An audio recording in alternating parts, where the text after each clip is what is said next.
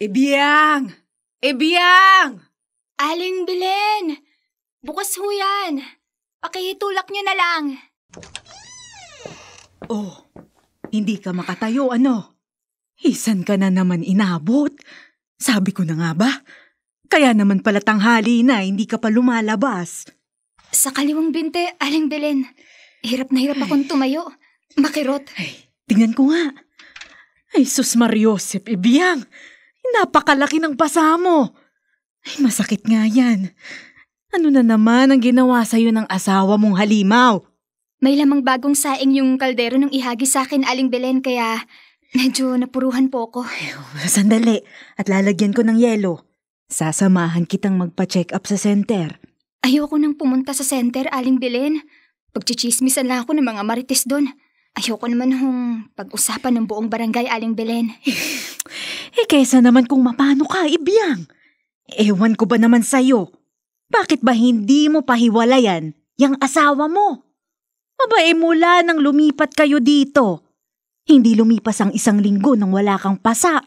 Bakit ba nagtitiis ka sa ganyang sitwasyon, Ibiyang? Mabait naman si Dong, Aling Belen. Mabait nga, kapag hindi lango sa alak. Mula Lunes hanggang Biyernes, mabait. Pero pagdating ng Sabado, dahil araw ng inom, bugbog sarado ka. Hindi ka ba nagsasawa, Ibiyang? Hindi ka ba naaawa sa sarili mo? Hanggang kailan ka ba magpapakamartir dyan sa asawa mo? Aling Belen, huwag masyadong madiin. Masakit. Parang sa pasa ko kayo nagagalit eh. Pasensya na, Ibiyang. Nanggigigil ako kasi dyan sa asawa mo. Huwag niyo nang panggigilan yung pasa ko, Aling Belen. Bugbog na ho. O siya, huwag kang masyadong magagalaw. Idadampi ko itong yelo hanggang matunaw. Aling Belen? Oh, dahan-dahan na. Nasasaktan ka pa ba? Aling Belen, salamat ho ha. Salamat kasi lagi kayong nandyan para sa akin. Para ko ho kayong pangalawang nanay. Sino pa ba naman ang magdadamayan kung hindi tayong magkapitbahay? Siya nga pala, magluluto ako ng nilagang baka. Dadalhan kita ha, mamayang tanghalian nang lumakas-lakas ka. Salamat ho, Aling Belen.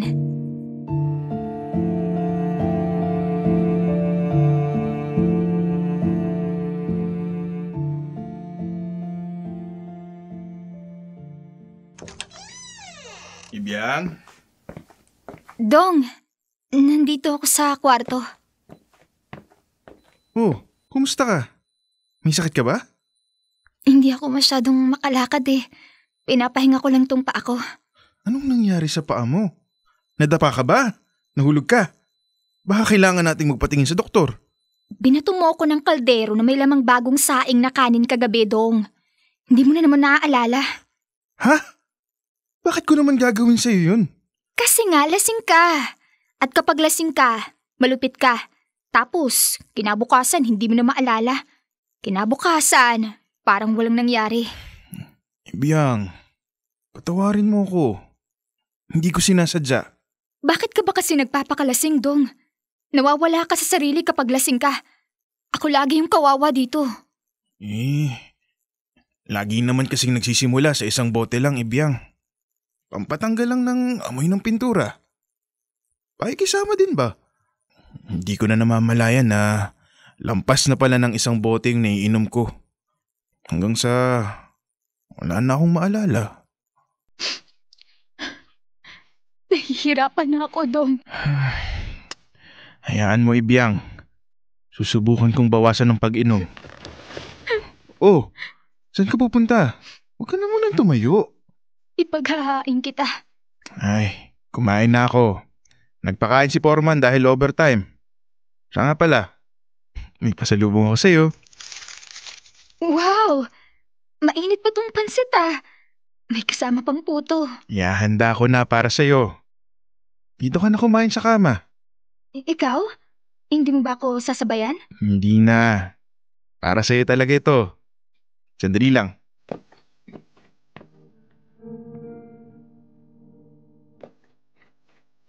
Oh, heto. Masarap yan. Ubusin mo ha.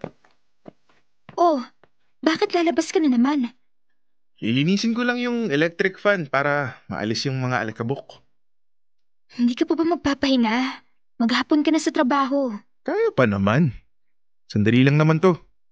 Pagkatapos mong kumain, malamang tapos na rin ako.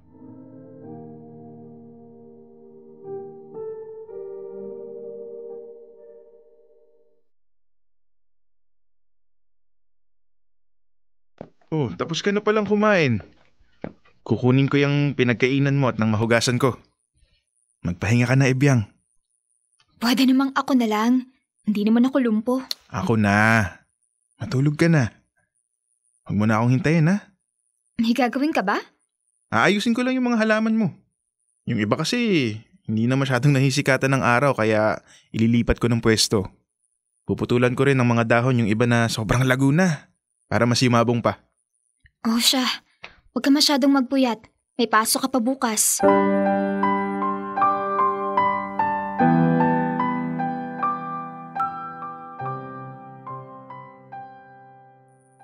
Ebyang, Sabado na naman. Nag-aalala ko sa'yo. Nangako sa akin si Dong Aling Belen. Iiwasan na daw niyang uminom. Naniwala ka naman. Kung kaya niyang umiwas, dapat dati pa. Aba, ilang taon ka nang pinagmamalupitan niyan kapag lasing ah. Natauhan na siguro, Aling Belen. Awang-awa sa akin tuwing nakikita niya akong paika-ika kung maglakad. Abay sana nga. Sayang yang si Dong. Mabait sana pero kapag nalalasing, hindi mo maspeling talaga. Hindi iinom si Dong mamaya, Aling Belen. Nangako siya sa akin.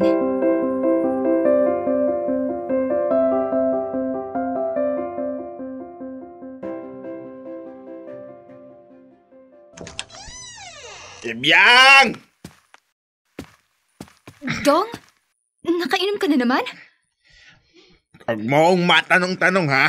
Ako ang magtatanong sa yung babae ka. Ha? Bakit ha? Bakit? Sagutin mo. Anong bakit? Bakit ano? Bakit ang tagal mong sumagot? Nung tinatawag kita kanina pagdating ko. Bakit? Bakit wala ka agad sa harapan ko? Nasa kwarto kasi ako. Nasa kwarto? Anong ginagawa mo sa kwarto? Sinong kasama mo sa kwarto, ha? Siguro, may lalaki ka sa ilalim ng kama. Wala, Dong. Nagsusuklay lang ako ng buhok. Bakit kailangan mo pang magsuklay eh? Nasa highball ka lang naman. Highball? Bahay? Bakit? Turo! Nagpapaganda ka para sa lalaki mo, no? Lika nga dito. Tingnan ko nga yung buhok mo. Dong, ano ba? Nasasaktan ako. Tagal-tagal mong magsuklay ng buhok. Siguro may lalaki ka, no? Nagsusuklay ka ng buhok para sa lalaki mo. Ano bang pinagsasabi mo? Sinasabi ko, huwag mo kong iniiputan sa ulo. Dong, bakit may hawak ang gunting? Ibaba mo nga yan. Aray! Ano ba, Dong? Yan. Ginupit ko na yung buhok mo. Tingnan natin kung magustuhan ka pa ng lalaki mo. Dong! Wag! Dong! Ano ba?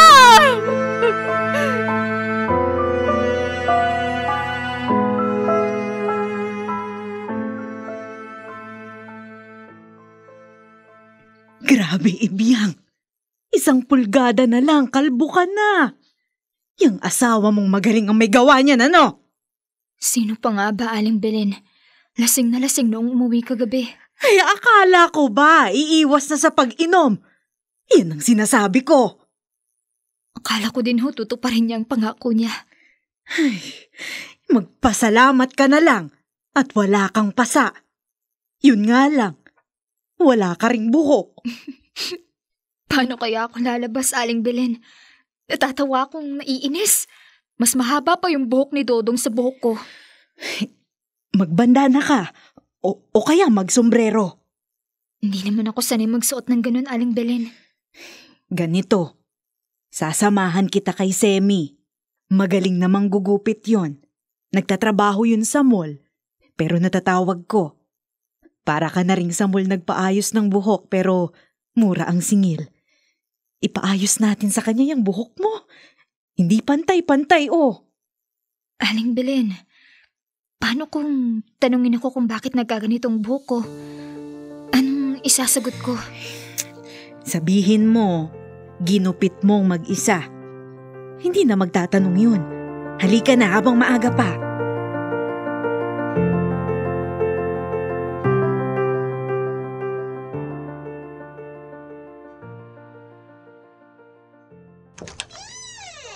Ibiang! Ibiang? Ikaw ba yan? Sino pa bang inaasahan mo? Hindi kita nakilala.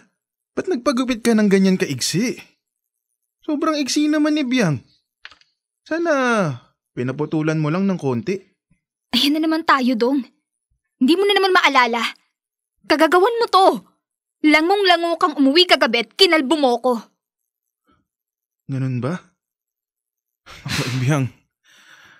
Pasensya ka na. Hayaan mo. Hahaba din naman yan. Saka, maganda ka pa rin naman kahit maiksi ang buhok mo. Akala ko ba iiwas ka na sa pag-inom? Ano nangyari sa pangako mo, Dong? Birthday kasi nung isang karpintero. Nagkayayaan.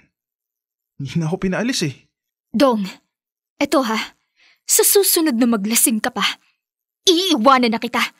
Hihiwalayan na kita. Hirap na ako, Dong. Ilang taon na tayong ganito. Hindi lang naman. Para kang anghel kapag hindi ka lasing. Masipag, masikaso, mapagmahal. Pero kapag nakainom ka, para kang impakto. Linggo-linggo mo na lang akong inaabuso dahil linggo-linggo kang lango. Patawarin mo ko, Ibiang. Hayaan mo. Ipilitin ko magbago. Oh, siya nga pala. May dala akong palabok at lumpiang Shanghai. Mainit pa.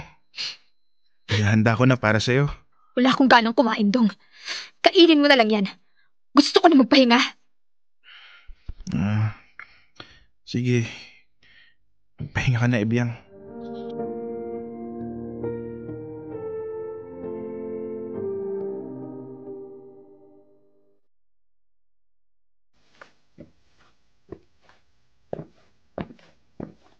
Oh, gising ka na pala, Ibiang. Kumusta ang pakiramdam mo? Ayos naman. Maghahain na ako ng agahan. Niluto ko yung paborito mo. Malapot at magatas na shampurado. Na may kasamang tuyo. Sandali Ang sarap naman ng champurado. Malapot nga at magatas. Sarap ba ng champurado ko? Purong malagkit kasi yan. Ha? Saan ka kumuha ng malagkit? Namalengke na ako kanina. Naiayos ko na rin. Hindi mo na kailangan mamalengke para sa linggong to. Nakalaban na rin ako kaya wala nang maruming damit. Matindi ang sikat ng araw kaya sigurado maya-maya lang tuyo na ang mga sinampay. Pagkatapos ating kumain, maglilinis naman ako ng bahay. Nagawa mo na pala lahat. Tutulungan na lang kitang maglinis. Ibiang. Ano yun, Dodong? Mahal na mahal kita. Huwag mo kong iiwan ha.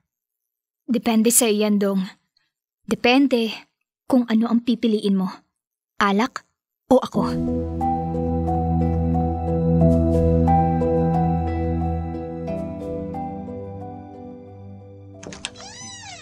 Ibiang! Dong! Lasing ka na naman? Nakaligo ka na ba? Dapat nakaligo ka na kasi alam mo nang ganitong oras parating na ako. Halika na sa kwarto. Ayoko! Anong sabi mo? Ayaw mo? Ayaw mo? Tama ba narinig ka? Dong! Huwag ngayon. Lasing ka. Anong wag ngayon? Dapat may schedule, ganon. Ibiyang asawa kita. Kapag gusto ko, wala kang karapatang humindi. Sinabi ng ayoko! Bakit, Ibiyang? Siguro, may lalaki ka, no? Di ba sinabi ko na sa'yo? Wag na wag mo akong lolokohin. Dahil malilintikan ka sa akin. Dong! Dong, tama na!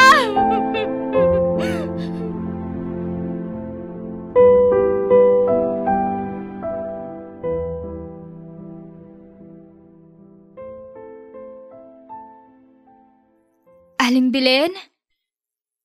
Ibiyang, bihis na bihis. Sus Mariosep, anong nangyari sa mukha mo? Lasing na naman si Dodong kagabi, Aling Belen. Sinampal ako. Muntik akong himatayin sa lakas. Ano pa ang bago, Ibiyang? Hindi ko naman alam kung paano kita matutulungan. At bakit bihis na bihis ka? Ang dami mo ring dala. Saan ka pupunta? Iiwan ko na si Dodong, Aling Belen. Hindi ko na kaya. Dumaan lang ako para magpaalam sa'yo at magpasalamat sa lahat-lahat ng ginawa mo para sa akin simula nang lumipat kami dito. Walang anuman, Ibiyang. Alam mo, mamimiss kita. Para na kasi kitang anak. Pero mas natutuwa ako dahil natauhan ka na. Tama yung naging desisyon mo, Ibiyang. Panahon na para kumawala dyan sa asawa mong abusado. Alis na ho ako, Aling Belen. Malayo pa ang pupuntahan ko. Sandali, Ibiyang. Oh, heto. Kunin mo ito. Aling Belen, huwag na. Hanggang sa huling pagkakataon ba naman? Maliit na halaga lang yan, Ibiyang. Pambili mo ng pagkain sa biyahe. O siya, sige na. Lakad na. Mag-iingat ka.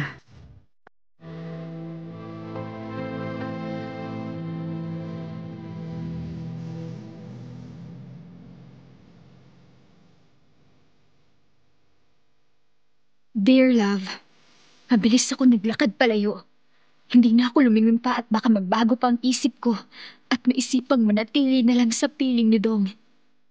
Mahirap para sa akin ang desisyong to dahil mahal na mahal ko ang asawa ko. Mahal na mahal ko si Dodong. Hindi ko na lang talaga kinaya. Natatakot ako na baka isang araw mapatay na niya ako dala ng kanyang kalasingan. Kaya minabuti kong iwan na lang siya ng tuluyan. Nagpakalayo-layo ako at nagsimula muli. Masarap palang mabuhay ng walang takot, walang pasa, at walang sakit na iniinda. Mahirap sa umpisa, pero kaya.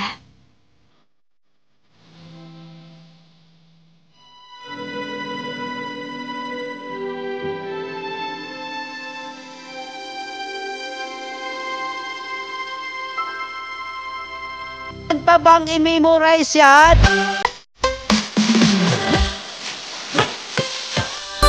Basic!